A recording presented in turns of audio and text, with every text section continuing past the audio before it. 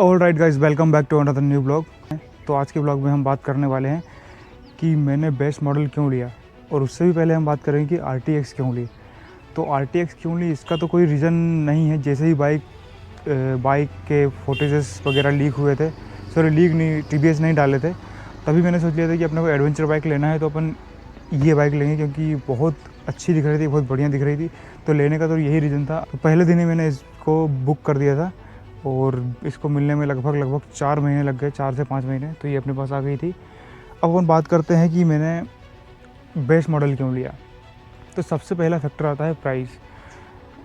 Base model जिस price में release हुआ था, मुझे वही सबसे बढ़िया लगा लेना, क्योंकि मुझे इसके बाद टॉप मॉडल आता है, उसका प्राइस लगभग 20,000 रुपये ज़्यादा है। उसके बाद इसके ऊपर आता है BTO, उसका लगभग इससे 20-25 हज़ार रुपये ज़्यादा है।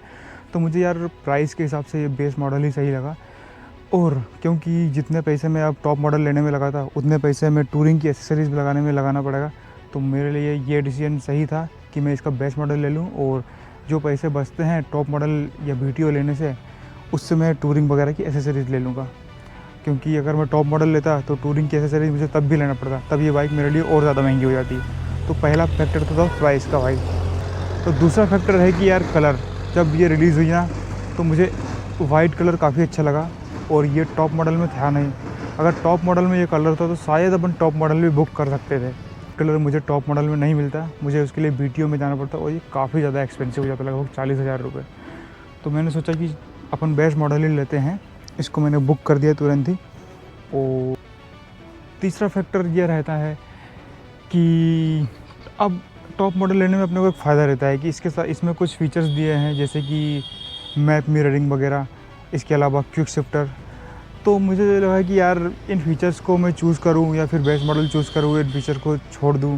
तब भी मेरा डिसीजन यही लिया कि मैं अपन क्या करते हैं कि बेस्ट मॉडल ही लेते हैं, क्योंकि मैप वगैरह तो वैसे ही मोबाइल में लगाना पड़ता है। मैप मोबाइल में लगा के फिर स्क्रीन में चलाने से अच्छा डायरेक्ट मैं मोबाइल में ही लगा लूँगा, बहुत ज़्यादा अच्छा रहेगा मेरे लिए। क्विक शिफ्टर मैंने छोड़ दिया। अब आती है बात फीचर्स की। तो ऐसा है ना यार कि आप छोटी बाइक में कम पैसों में अगर ज़्यादा फीचर्स लेते हो ना, तो कहीं ना कहीं आपको कहीं ना कहीं कॉम्प्रोमाइज़ करना पड़ जाता है क्वालिटी के साथ में। जैसे अगर कुछ लोगों की प्रॉब्लम आ रही है कि उनका क्रूज़ कंट्रोल अपने आप चालू हो रहा है, और ये सारी ऐसी कुछ प्रॉब्लम्स आ रही है।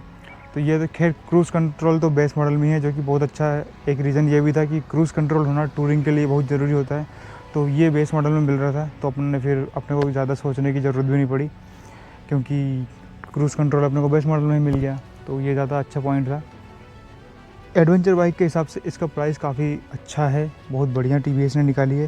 लेकिन अब और कम प्राइस में ज़्यादा बड़े फीचर्स लेते हो ना, तो कहीं ना कहीं वो फीचर्स मुझे लगता है कि कम प्राइस में ज़्यादा फीचर, फिर वो है ना फीचर सही से काम नहीं करते हैं उस बाइक में, या तो फिर उसके लिए आप बड़ी बाइक लो तो बढ़िया से काम करते हैं। तो मुझे ऐसा लगता है, ऐसा ज़रूरी नहीं है कि ऐसा हो रहा है दूसरों की बाइक में, ऐसा मुझे अभी तक कोई ऐसा प्रॉब्लम मिली नहीं है TBS में, तो कोई दिक्कत नहीं है। तो यही था अपना रीज़न यार कि बेस मॉडल क्यों लिया, और आपको बेस मॉडल क्यों लेना चाहिए अगर आप कंसिडर करना चाहते हो RTX को। तो ये एक रीज़न हो सकता है बेस मॉडल लेने का। थैंक यू सो मच, मिलते हैं कल अगले ब्लॉग में। हाँ, और मैं इस बाइक को लेके जाने वाला हूँ लद्दाख। तो जिन भाइयों को लद्दाख की वीडियो देखना है, RTX लद्दाख में देखना है, वो अभी से सब्सक्राइब कर ले चैनल को। अपन मिलते हैं कुछ दिनों के बाद लद्दाख की वीडियोज़ में। Thank you so much.